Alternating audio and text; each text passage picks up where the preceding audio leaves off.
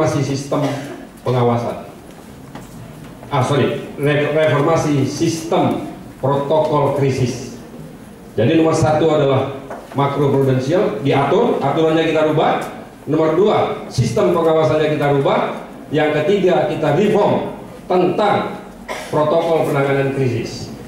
Undang-undang di Indonesia, saya memang sengaja tidak pakai slide, tapi suatu saat kalau misalnya ada yang perlu detail, saya bisa keluarkan pakai slide. Undang-undang di Indonesia tidak didesain untuk krisis. Seluruhnya didesain untuk kepentingan normal. Pada saat situasi normal, dibuat undang-undang situasi normal. Tapi tidak dibuat atau didesain undang-undang gimana menghadapi krisis.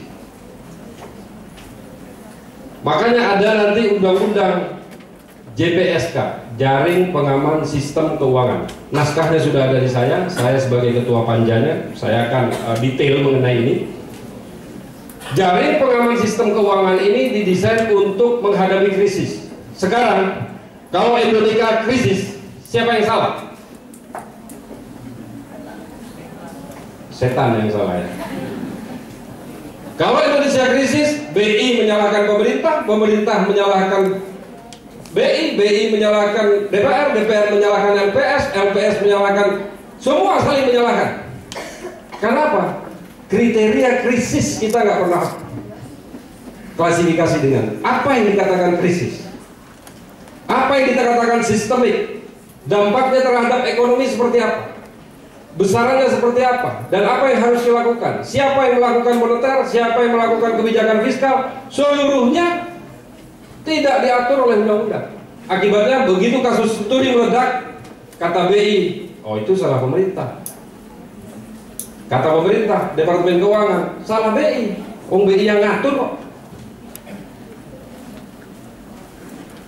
Nah kalau detail ini mungkin di hal-hal lain nanti kesempatan, tapi setidaknya Anda mengetahui bahwa kita sudah menyiapkan struktur mereformasi sistem ini, sehingga nanti inline keuangan Indonesia dengan keuangan di London sama. Keuangan Indonesia bisa diakses juga dengan pemerintahan Amerika, tapi untuk unsur-unsur yang neraca pembayaran ya, tidak dalam unsur detail. Itu penting karena untuk transaksi ekspor. Pertanyaannya selalu seperti ini. Saya pernah ditanya di satu talk show dengan Quick Yangi, tanyanya begini, kita ini krisis.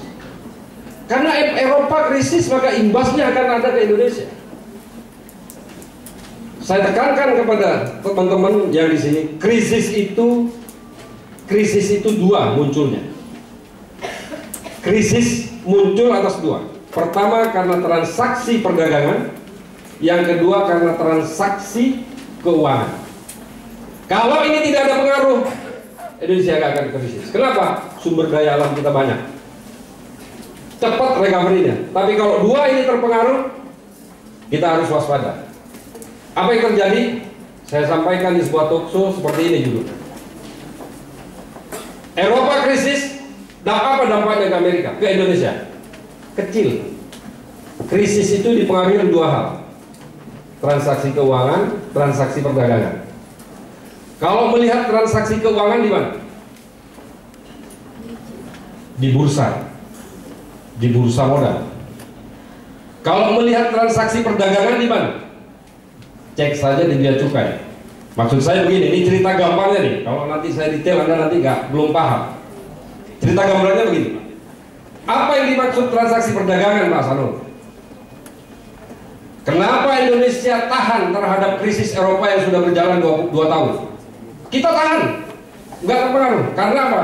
Karena ketergantungan kita kepada Eropa kecil. Saya coba datangi ke Bursa Efek Indonesia ke BI. Saya ketemu dengan Pak Ito. Saya tanya, Pak Ito, berapa sih jumlah pemodal asing dari Eropa yang menaruh uangnya di Indonesia? Itu kan? Karena apa? Begitu Eropa krisis, uang Eropa akan ditarik. Betul nggak? Kalau Anda tidak punya duit, uang Anda di bank ditarik apa nggak? Ditarik. Begitu juga di Eropa. Begitu orang Eropa krisis, dia akan menarik uangnya yang ada di Indonesia. Untuk mengatasi ini saya tanya kepada Pak Ito, berapa uang orang Eropa atau negara Eropa yang ada di bursa efek Indonesia? Pak Ito bilang nggak besar Pak Hasanul, cuma 19% dari total 1.600 triliun yang ada di bursa. Kalaupun orang Eropa tuh narik semua uangnya, hanya sekitar 150 triliun. Make sense? Bahaya? Enggak bahaya. Kalau 150 triliun, cadangan devisa kita udah 9.000 triliun. Cip, saya bilang kalau begitu kita tidak akan ada pengaruh memang, tapi tidak akan dampaknya akan besar. Karena apa? Uang orang Eropa yang ada di BEI ditarik semua oleh orang Eropa, cuma kehilangan 150 triliun. Aman.